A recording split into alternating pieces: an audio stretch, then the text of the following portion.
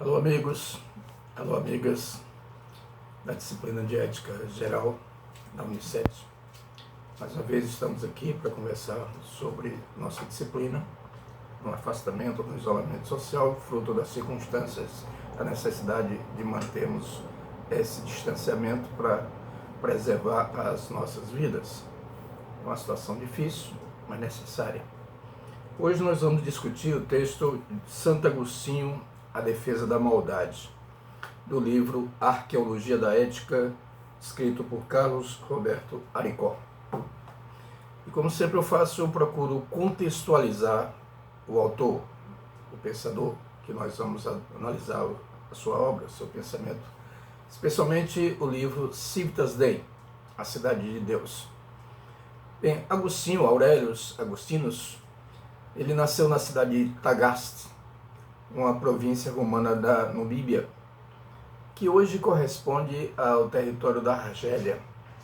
Lembrando que Agostinho, ele nasceu no ano 354, no dia 13 de novembro de 354, e morreu no ano 430. Portanto, ele viveu durante o período que se chama Antiguidade, Idade Antiga. É muito comum as pessoas, quando falam em Agostinho, o situarem na Idade Média. Mas a Idade Média tem como referencial de tempo o ano 476, com a queda do Império Romano do Ocidente, vencido pela invasão dos povos germânicos, mais especificamente os Érulos, comandados pelo general Odoacro, que derrotaram o último imperador romano do Ocidente, Rômulo Augusto. Então a Idade Média se divide em dois momentos. A Alta Idade Média, do século V até o final do século XI, quando foi organizada a primeira cruzada no ano de 1095, no Concílio de Clermont. O Papa Urbano II conclamava todos os cristãos, mas todos os cristãos pecadores, para irem a Jerusalém buscar perdão aos seus pecados, combatendo os infiéis. Os infiéis eram os muçulmanos, os seguidores de Maomé. Então era uma nova religião, uma nova maneira de ver o mundo que se contrapunha ao pensamento ocidental, que era predominantemente cristão, mais acentuadamente católico. Quer dizer, o catolicismo perdeu o monopólio, o Papa perdeu o monopólio de representar o cristianismo no ano de 1054, quando houve o chamado Cisma do Oriente. O patriarca de Constantinopla rompe com a autoridade do Papa e cria a Igreja Cristã Ortodoxa Grega. Então, o pensamento de Agostinho, ele foi profundamente influenciado pela filosofia de Platão. Platão viveu lá no século V a.C. Platão nasceu em 427, morreu no ano 347 a.C. E Platão dizia que o mundo era dual. Existia o mundo inteligível, o mundo das ideias puras, e o mundo sensível, o mundo das ilusões, o mundo das aparências. E Agostinho vai pegar esse pensamento de Platão e dizer que o mundo está dividido em dois: a cidade de Deus, a cidade da perfeição, do supremo bem, e a cidade dos homens, que é a cidade do pecado, da concupiscência, dos erros, dos desejos, da lascívia, da luxúria, do mal, enfim. Então, essa é a visão de Agostinho, que vai se basear, portanto, nas ideias de Platão. Lembrando só que o cristianismo, ele surgiu quando Jesus nasceu, quando o Oriente, a Palestina, a região em que Jesus nasceu, estava sob o domínio dos romanos, do primeiro imperador romano, Otávio, que recebe o título de Augusto. As pessoas dizem Otávio Augusto, mas Augusto não é nome, Augusto é título. Augusto, o divino, assim como você diz Alexandre Magno, Magno é de magnitude, de grandeza, Alexandre o Grande, imperador da Macedônia. Então, foi nesse contexto que surgiu o cristianismo. Uma pequena religião, uma comunidade de pessoas que seguiam Jesus, acreditando que ele era o Messias anunciado pelos profetas do judaísmo na Torá. Torá é a lei. Para o cristianismo, nós costumamos dizer que há o Antigo e o Novo Testamento. Para o judaísmo, não existe um Novo Testamento. Eles não aceitam Jesus como sendo ele o Messias anunciado pelos seus profetas. Então, o cristianismo é uma nova maneira de ver o mundo sob o ponto de vista de Jesus e de seus seguidores, sendo os mais importantes, Pedro e Paulo. Ambos foram mortos exatamente por defenderem o cristianismo como a verdade a ser seguida. Então, Agostinho, ele buscava a felicidade. Eu já disse a vocês que uma das características da ética platônica, assim como a ética aristotélica, é a busca da felicidade. Para Platão, a felicidade você encontra no supremo bem, quando ele fala na alegoria da caverna, do fogo, da fogueira, do sol. Isso caracteriza o supremo bem. E Aristóteles dizia que o objetivo da vida de todos os seres humanos é encontrar felicidade e nela permanecer. E Agostinho tinha essa preocupação, encontrar felicidade. Mas o que faria uma pessoa feliz? Seria os prazeres? Seria o poder? Seria os bens materiais? Para Agostinho aquilo não o satisfazia. Ele teve uma vida bastante desregrada quando jovem, cometendo atos ilícitos, praticando pequenos roubos. E ele dizia em suas Confissões, uma obra importante escrita por ele, que muitas vezes ele praticava o roubo, se apoderava do que não lhe pertencia, apenas pelo prazer de cometer ilicitudes, apenas pelo prazer do desregramento. Ele não cumpria as leis, as regras. É o sentimento de onipotência, de poder fazer aquilo que bem entendesse. Ele era movido pelos seus desejos, pelas suas vontades, e, segundo ele, depois é exatamente esse desejo, essa vontade, que leva o indivíduo ao pecado. A grande angústia, e ele se sentia angustiado, que ele buscava a felicidade e não conseguia encontrá-la. O que vai fazer uma pessoa constantemente feliz? Porque se você busca no desejo, e quando você realiza aquele desejo, logo você vai ter que desejar uma outra coisa, porque aquele seu desejo já foi saciado e não vai fazer você feliz mais. Era sempre uma mudança. Você teria que buscar uma coisa eterna, permanente, contínua, que fosse imutável. E o que é uma coisa imutável? Segundo ele, apenas Deus. Mas antes de chegar a essa ideia de encontrar Deus no seu próprio interior, ele vai criar a teoria da iluminação divina. Ele passou por uma influência de outros pensadores. Mani, um pensador persa, quando se fala em maniqueísmo, o maniqueísmo exerceu forte influência sobre o pensamento de Agostinho. O que é o maniqueísmo? É a luta entre o bem e o mal, duas forças que se contrapõem, que estão em constante luta. E aí você vai observar, o indivíduo deve sempre procurar praticar o bem, mas ele é movido pela sua própria natureza, pelos seus desejos, pelas suas vontades, a praticar o mal. O homem tende ao egoísmo. E como exercer o controle sobre esse egoísmo? Então, uma coisa que vai ser interessante no pensamento de Agostinho, que vai se chamar depois patrística. Patrística, a religião dos padres. Padre vem de pai, o pai da civilização. É a ideia do livre-arbítrio e a ideia da liberdade. Que muitas vezes as pessoas confundem que seria uma coisa só. Se você tem o livre-arbítrio, então é porque você é um ser livre. Mas a ideia de liberdade para Agostinho é diferente simplesmente do livre-arbítrio. O livre-arbítrio, você pode ser levado a fazer o que bem entender, é a sua vontade, são os seus desejos. E como eu disse, para ele, Agostinho, são essas vontades, esses desejos incontroláveis, instintivos, aquelas pulsões, que depois Sigmund Freud vai falar sobre isso, as pulsões que levam o indivíduo a praticar determinadas ações, leva o indivíduo ao pecado. E como você poderia evitar o pecado? Se encontrando com Deus. Então, a ideia de liberdade para Agostinho é a ideia da comunhão com Deus. Ser livre é obedecer à vontade de Deus. Mas nós não nascemos com Deus em nossa cabeça. Nós assimilamos a ideia de Deus através da educação que nós recebemos. Mas ele vai dizer, ele vai defender a concepção do inatismo. Inatismo significa ideias inatas. Você nasce com elas. E como foi que foi aparecer Deus na cabeça de cada um de nós? Através da iluminação divina. Foi Deus que concedeu ao indivíduo a ideia de pensar, de se entender, de ser feliz, encontrando essa comunhão com Deus. Que Deus não é um ser temporal.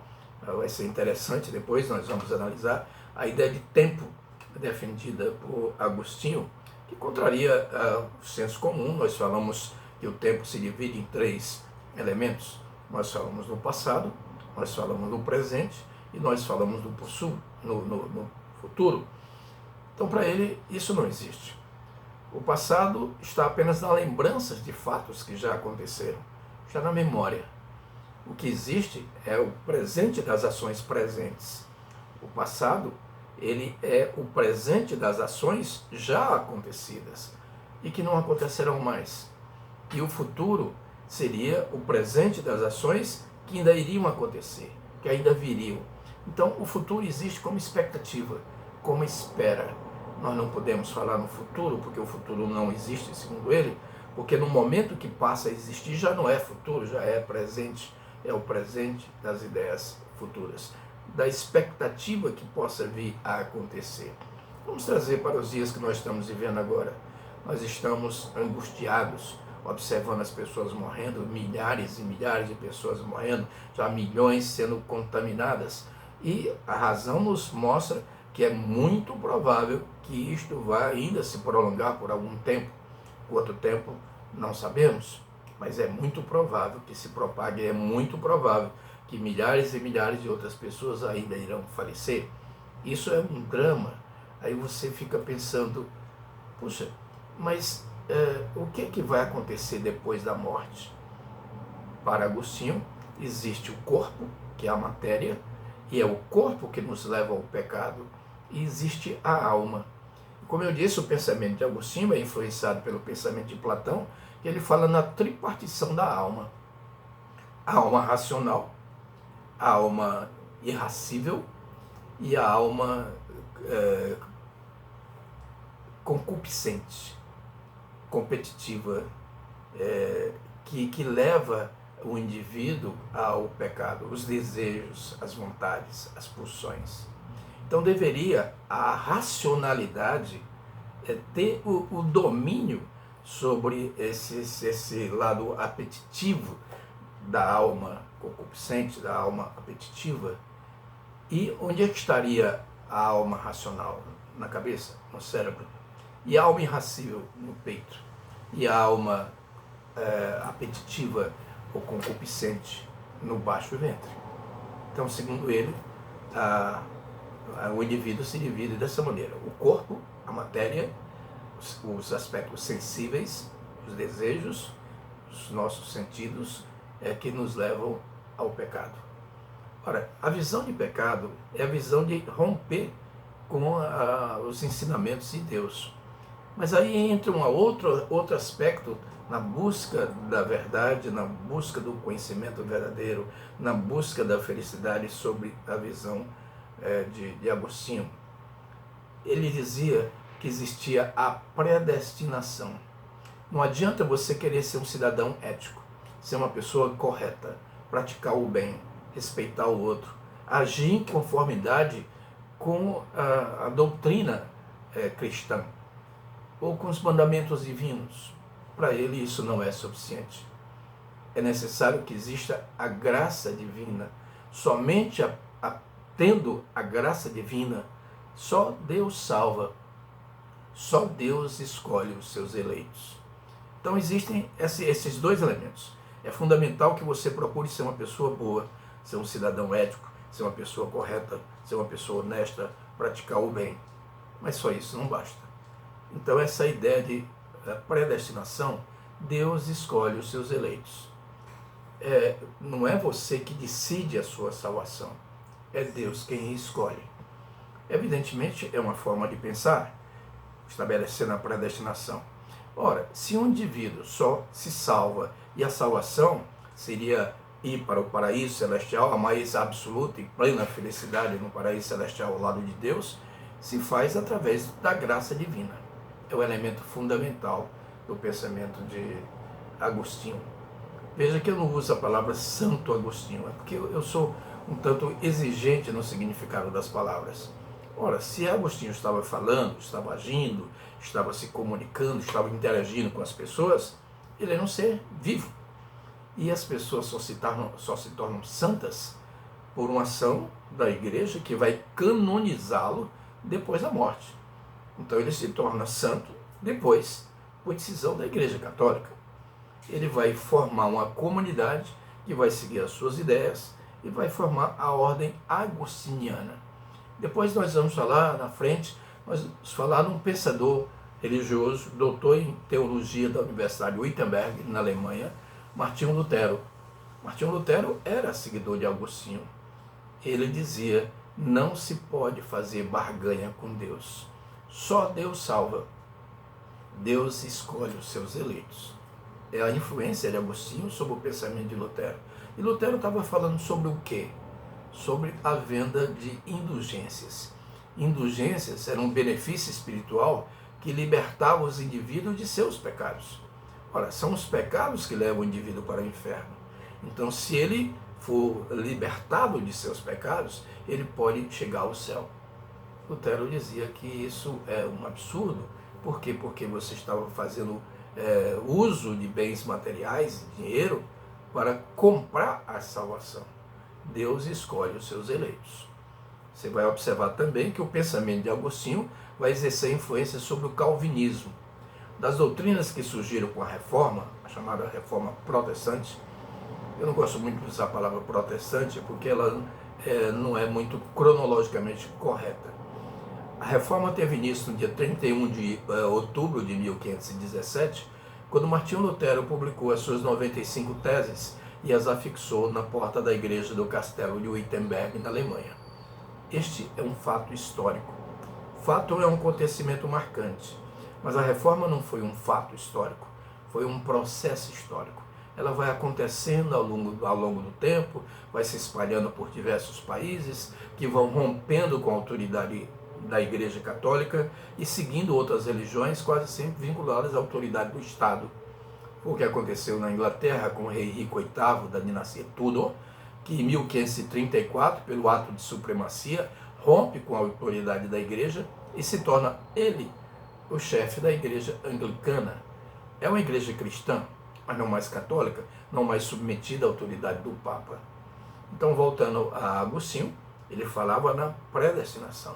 Deus escolhe os seus eleitos. Algumas pessoas nascem para a salvação, outras nascem para a danação e para a condenação, dizia Agostinho. E Calvino vai seguir por aí e dizer exatamente essa concepção. Só Deus salva. Assim como Lutero também dizia, ele dizia: só os predestinados por Deus terão êxito na vida. A riqueza é um sinal de salvação.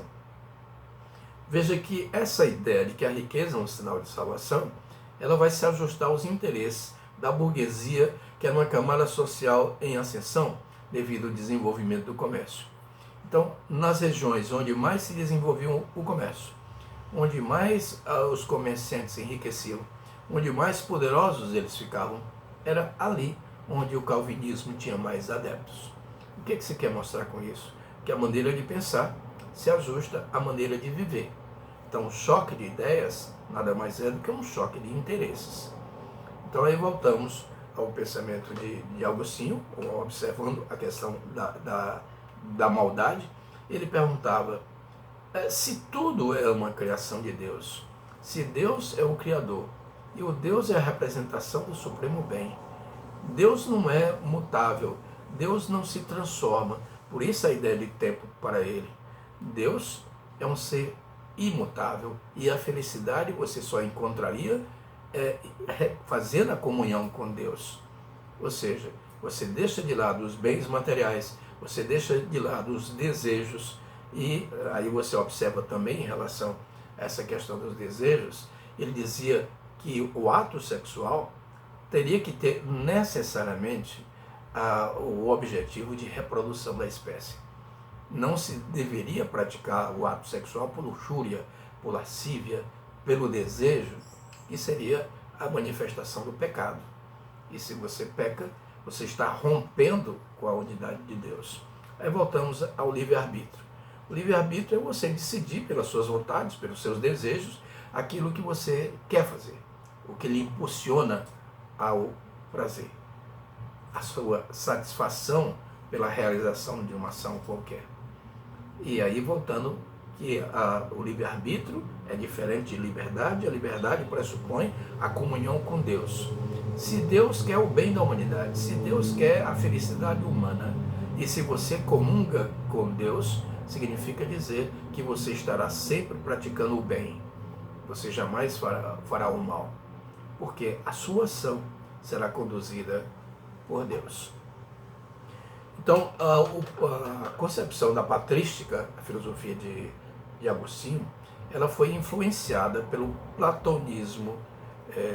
O platonismo tem em Plotino a figura que procura estabelecer essa conciliação entre a razão e a fé. A grande preocupação é estabelecer o que é mais importante. A filosofia faz uso da razão para explicar o mundo natural, a partir do mundo natural, sem recorrer a supostas forças sobrenaturais. A fé se baseia no intangível, no transcendente. Você crê em algo que você não pode provar a existência desse algo que você crê. Mas para quem tem fé, ele não está à procura da comprovação. Ele acredita. E se ele acredita, ele ajusta a sua maneira de ser, a sua fé, a sua concepção de comunhão com a divindade. E aí você vai observar que essa visão de mundo, essa visão religiosa, vai exercer uma grande influência, especialmente no período medieval. Como eu já disse, o período medieval se estende do século V até o século XV, quando aconteceu a tomada de Constantinopla, a queda do Império Romano do Oriente. A Idade Média, portanto, vai da queda do Império Romano do Ocidente até a queda do Império Romano do Oriente. Se divide em dois momentos, falamos, a Alta Idade Média e depois a Baixa Idade Média. Na Alta Idade Média predomina as relações servis de produção, predomina um tipo de economia agrária e pecuarista, setor primário da economia, e que vai ter uma economia de subsistência, produzir apenas o que necessita para consumir. Era o tipo de economia da época. A sociedade, evidentemente, se ajusta a essa economia. É uma sociedade rural. E o direito de governar se baseava na posse da terra. Os senhores feudais desprezavam o trabalho é coisa para servos. Assim como a aristocracia na antiguidade também desprezava, o trabalho é coisa para escravo. Algumas pessoas já nascem brutas pela sua própria natureza para trabalhar e obedecer, e outras nascem inteligentes para pensar e mandar. Esta era a visão de Platão. Cada camada social deveria ter o seu próprio código de moralidade. Uns que nascem para pensar e mandar, as elites, a aristocracia, da qual ele fazia parte, Platão, especialmente na República, ele mostra a sua visão política, e outras pessoas nascem para lutar, para defender a sociedade, para manter a ordem social, seriam os guerreiros, e outras nascem para trabalhar e obedecer. Então essa era a visão de Platão. Que lá na Idade Média vai existir algo semelhante, que já comentamos sobre isso também. O clero reza, os nobres lutam e os servos trabalham. Vai ser esse tipo de organização social. Com o desenvolvimento do comércio, com a formação da burguesia, vão surgir novas ideias ajustadas à nova atividade econômica. E daí surge a necessidade de romper com os valores religiosos da época, que era o catolicismo, a ideia do universalismo pontifical. O que isso significa? Ora, se Deus é o criador do universo e o Papa é o representante de Deus na Terra, significa dizer que a autoridade do Papa é universal. A palavra sumo pontífice, pontífice máximo, a palavra pontífice vem de ponte, e ponte serve para ligar dois pontos. Nesse caso, Deus, que é o Criador, e nós, o povo de Deus, que somos as criaturas de Deus. E o Papa, a sua autoridade, é uma autoridade universal, mas que não se ajustava aos interesses dos reis, dos príncipes, dos nobres, que queriam ter a autoridade deles acima de aspectos de natureza religiosa, como a religião como instituição. E por essa razão vão apoiar o rei, que rompe com a autoridade do Papa, e vão criar novas religiões. E delas começa com o luteranismo na Alemanha, com o apoio dos príncipes alemães. É bom lembrar que os camponeses, a grande maioria da população, que também seguiam, acreditavam nas propostas, nas ideias defendidas por Lutero, eles queriam a igualdade, eles queriam a felicidade. Todos nós somos iguais diante de Deus. E eles acreditaram nessas ideias e queriam conquistar essa igualdade. Só que Lutero tinha o apoio dos príncipes e procurou justificar a repressão praticada pelos príncipes sobre os servos, sobre os trabalhadores. Então aí você deixa de lado a preocupação com o outro, o camponês, e se alia politicamente, porque você tem um vínculo econômico com os que detêm o poder. Foi o que Lutero fez. Justificou ideologicamente um massacre. Massacraram cerca de 100 mil camponeses na Alemanha em 1525, no século XVI, logo depois de iniciar a reforma na Alemanha. E o que Lutero dizia? Os camponeses são cães raivosos, eles estão possuídos pelo demônio, e os príncipes são legítimos representantes de Deus e têm o direito sagrado, divino, de combater os camponeses demoníacos. Veja que se usa a religião como forma de justificar a repressão. E o Papa, que combateu o luteranismo, que combateu o movimento reformista, a reforma que combateu a ideia de universalismo pontifical, se uniram o Papa e os reformistas para reprimir as revoltas camponesas. Deixa de ser uma disputa religiosa para ser um aspecto político, social, a luta entre segmentos sociais subalternos, querendo a igualdade, querendo a emancipação, querendo o direito de participar da riqueza que eles produziam através do seu próprio trabalho. Foi feito um massacre. Então aí quando você observa o pensamento que vai justificar a riqueza em nome de Deus através da predestinação, você está usando Deus. Você está usando a crença das pessoas de que Deus é um ser supremo, bom, justo, todo-poderoso e atemporal. Por isso voltamos à ideia de tempo. Deus não representa tempo. O que vai ser? Aquilo que é uma coisa eterna, que sempre existiu, é uma causa que não tem causa. Vocês estão lembrados que nós falamos lá dos primeiros pensadores na Grécia Antiga? Eles eram chamados de fisiólogos, porque eram estudiosos da physis, que procuravam estudar a natureza, explicar a natureza a partir da própria natureza. Eles estavam em busca da causa primeira, que se chama axé, ou que se chama arqué. Daí a palavra arqueologia, a origem das coisas. Então eles não recorriam a supostas forças sobrenaturais para explicar o mundo natural. Por isso, eles eram chamados de fisiólogos e não de filósofos. Filósofos seriam os amantes do saber. E aí vai acontecer a filosofia com Sócrates, Platão, Aristóteles, quando eles trazem o homem para o centro dos debates e daí o surgimento da ética. Mas eu já disse a vocês, falando desses pensadores, que criavam um tipo de justificativa, uma concepção de ética, baseado nos valores da aristocracia. Aquelas pessoas que dominavam, aquelas pessoas que tinham o poder econômico. E tendo o poder econômico, você procura ter o poder político. A ética da antiguidade era uma ética escravista. Ou seja, se colocava a sociedade dividida em conformidade com a própria natureza. Não é a interferência de Deus, é o cosmo. Daí a visão cosmológica que eles defendiam naquela época. Então o pensamento de Agostinho vai ser marcante na Idade Média, mas só para ficar claro que a Idade Média, Agostinho não viveu na Idade Média, Agostinho morreu em 430, a Idade Média começa em 476, o grande referencial teórico da Idade Média vai ser Tomás de Aquino, que vai ser o representante da escolástica. A escolástica vai procurar usar o pensamento de Aristóteles, não mais de Platão. Platão, Agostinho, segue o pensamento platônico, a ideia da dualidade do mundo, o mundo das ideias, o mundo das ideias puras, o mundo inteligível para Platão, e o mundo sensível, o mundo das sombras, o mundo das aparências. E voltando à alegoria da caverna de Platão, ele dizia que a libertação do indivíduo da ignorância, das superstições, das crendices, das ilusões, de ver o mundo da aparência como se fosse um mundo real, sem perceber que aquilo era apenas as sombras da realidade. A realidade estava lá fora, estava no mundo inteligível, no supremo bem. A fogueira, eu já disse, é a representação do supremo bem, sob o ponto de vista de Platão.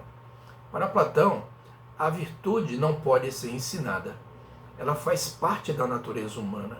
Ou você nasce com aquela natureza e é uma pessoa virtuosa, ou se você não nascer assim, você não poderá adquirir a virtude por ensinamentos. Da mesma maneira, quando Agostinho falava na verdade, no conhecimento verdadeiro, na felicidade, ele falava na interioridade. É no interior que você encontra a verdade. É no interior, no seu interior, é que você vai encontrar Deus. Deus, portanto, a comunhão de Deus seria exatamente quando você deixa de lado os desejos, os prazeres, domina. Isso aí também vem de Platão, o mito do cocheiro, o indivíduo que conduz um coche, uma carruagem, e é puxada por 2 cavalos. Um cavalo representa a disciplina, a obediência, a aceitação do que é correto. O outro é rebelde, questionador, que procura agir de acordo com suas próprias vontades. E o cocheiro é o cidadão que tem que ter o domínio sobre os 2 cavalos, para haver um equilíbrio, para que um não vá para um lado, vá para o outro, e isso não leva a canto algum. Então, a felicidade, o amor, o eros, não era um sentimento, era um caminho, era um método, era um caminho a que você deveria seguir. E você só encontraria, segundo Agostinho, você só encontraria a felicidade comunhando com Deus. Era um ser perfeito, de suprema bondade, e que você deveria dominar as suas paixões, dominar os seus desejos, a sua alma apetitiva, a sua alma irracível, e estabelecer a alma racional, ter o domínio sobre suas pulsões, sobre seus desejos, sobre suas vontades. Porque dissemos que muitas vezes Agostinho, dizia que roubava apenas pelo prazer de roubar, pelo desejo de ter onipotência, de se sentir dono de seu desejo, de sua vontade, e agir em conformidade com os seus desejos, seu lado apetitivo, a sua alma apetitiva. Então, o pensamento de Agostinho, lembrando aqui, ele vai estabelecer no final, ele vai dizer o seguinte: assim argumenta que o casamento não pode terminar porque o pai é fundamental na educação dos filhos, pois é mais racional do que a mãe e, sendo mais forte do que ela, pode aplicar os castigos necessários à sua conduta, às normas éticas impostas pela educação religiosa. Então você percebe que nós estamos falando de uma sociedade patriarcal, uma sociedade que o homem manda, uma sociedade que controla a mulher, que controla os filhos, e que não se poderia fazer o que bem entender. Voltando, liberdade para ele é seguir a vontade de Deus, é obedecer. A liberdade é a obediência. E aqui concluindo, ele diz: como o leitor pode concluir, toda a ética de Santo Agostinho baseia-se na vontade que, evidentemente, articula-se ao desejo, onde reside o perigo, onde reside o pecado. Cada ato voluntário, cada ato de escolha com liberdade, pode ser pervertido no âmago do desejo humano. Essa é o grande drama estabelecido por Agostinho. Como você praticar o bem, se você conseguir a salvação eterna da alma que vai para o lado de Deus, como conseguir, a não ser pela graça de Deus. É fundamental o entendimento da salvação para Agostinho, fazendo uso da graça de Deus. Por mais ético que você seja, por mais honesto que você seja, por mais respeito que você tenha ao outro, que são princípios básicos da ética, o respeito ao outro e a liberdade, para Agostinho era necessário ter a graça, somente a graça divina poderia levar o indivíduo à salvação, para a salvação eterna, para a mais absoluta e plena felicidade, já que na vida de cada um de nós o que buscamos é encontrarmos a felicidade e nela permanecermos. Muito obrigado, se cuidem, fiquem em casa, a pandemia vai passar. É uma esperança.